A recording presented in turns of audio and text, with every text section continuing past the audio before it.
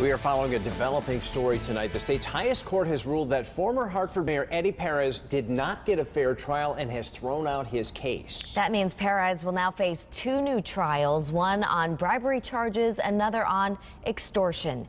Chief Political Correspondent Mark Davis digs into the background on the cases and joins us live tonight. Good evening, Mark. Hi, Ann and Darren. Good evening, everyone from the Hartford newsroom. Eddie Perez was the first Puerto Rican mayor of a major New England city for nearly 10 years. But it all came crashing down 6 years ago when he was convicted of bribery and extortion and sentenced to 3 years. The former mayor will now face two new trials, one on the bribery charge and another on the extortion charges. He has been free for the past 6 years pending all of his appeals. The state's highest court ruled 5-2 that the appellate court ruling that tossed out Perez's convictions should stand.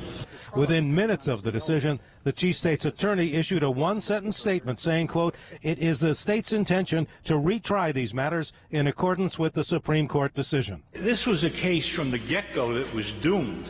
Perez's lawyer, Hubert Santos, successfully convinced the High Court that trial judge Julia Dewey should never have combined the two cases against Perez.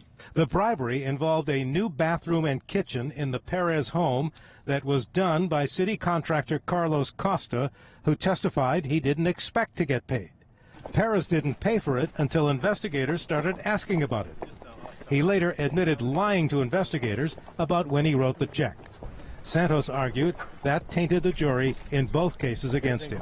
Juries are responsible, but once they got a picture of the mayor as a liar, that was the end of the trial. Santos successfully argued that that influenced the outcome of the extortion case. The extortion involved the attempt to get a developer to pay North End political power broker Abe Giles $100,000 to vacate a city parking lot. Giles has since died. Now, Perez attorney Hubert Santos, who's on vacation, called me back just a short time ago and told me he thinks prosecutors should give up on this one, saying, quote, "Enough is enough," and he added that the case is so old that a lot of people think Eddie Perez is a second baseman for the Hartford Yard Ghosts.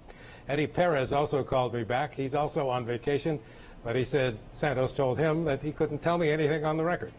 Live from the Hartford newsroom, Mark Davis, News 8.